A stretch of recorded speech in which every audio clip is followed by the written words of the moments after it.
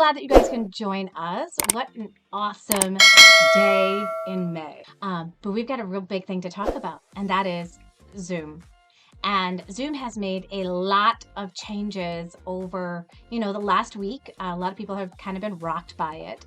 And I noticed that there's a lot of talk inside of our Facebook group regarding Zoom, and so many people were frustrated with some of the new changes that are happening because now they are charging past the 40 minutes for people that are only working one-on-one with somebody else, and that has never been something that has been done before. And so we're going to be talking about what is the difference between somebody who is a side hustle tutor and a full-time tutor, and what does the business mindset look like for somebody in both of these positions, because they're different. I have two amazing people who are joining me today. We've got Leah Simpson and we've got Rebecca Aaron, who are in the house today.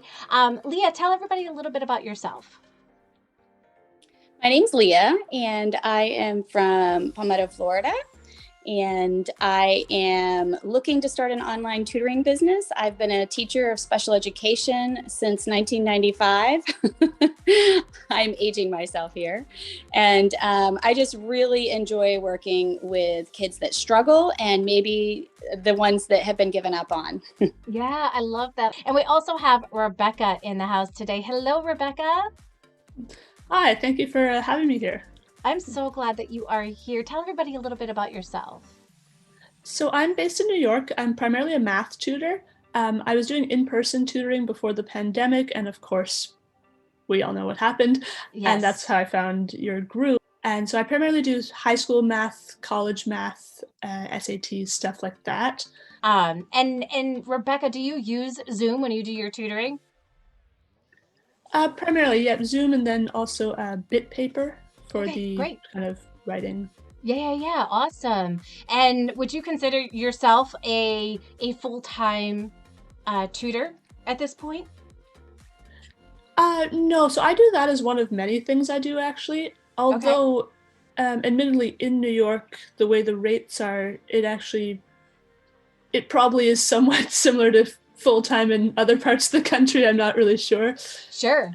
I love it. So what were your thoughts when you heard about Zoom charging for their services? What was your reaction? I mean, it hasn't been a huge deal, I figure. I usually have found workarounds. You just end the meeting and restart it if you need to. But also it's worth paying for tools as well. Like if I were doing this many, many more hours, then I would probably just pay for the Zoom membership, because I mean, it's useful to have good tools.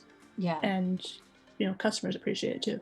Right. And that's where that business mindset comes on in, isn't it? It's like if you have to think about the cost of doing business. There's a piece of it. Like if you're doing it as a hobby, you're just working with a few students, there's definitely a difference in what you're kind of willing to pay for and what you don't want to pay for. And if you can get things for free, then you'll take them for free and see what they have to offer, or do workarounds or those. What are your thoughts, Leah? Because you're just getting started, and I think it's so important for people to hear, because everybody's at a different stage, whether they plan on going big and having lots and lots of students, or they are just getting started, what are your thoughts about this whole Zoom change?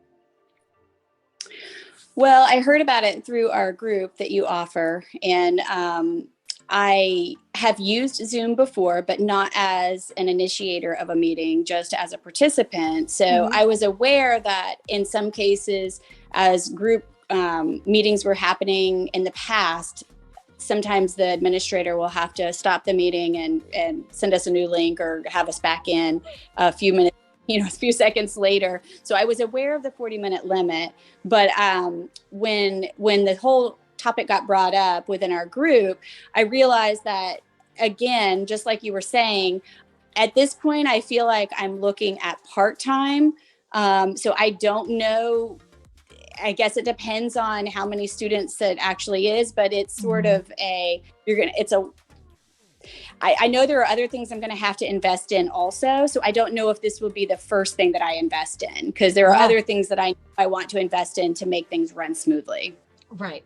And so you have to take a look at like the overall cost of everything over time, Hmm. pros, cons, benefits, all those kinds of things. I think they're so important when we're thinking about what are we going to invest in. I started with Skype. Skype was free and it's still free today and it still works just fine to do tutoring online. It doesn't have like, I don't know if it has the backgrounds or those kinds of things, but at the end of the day, it's not like that's a necessity for running a tutoring business. So there are lots of options of tools that are free.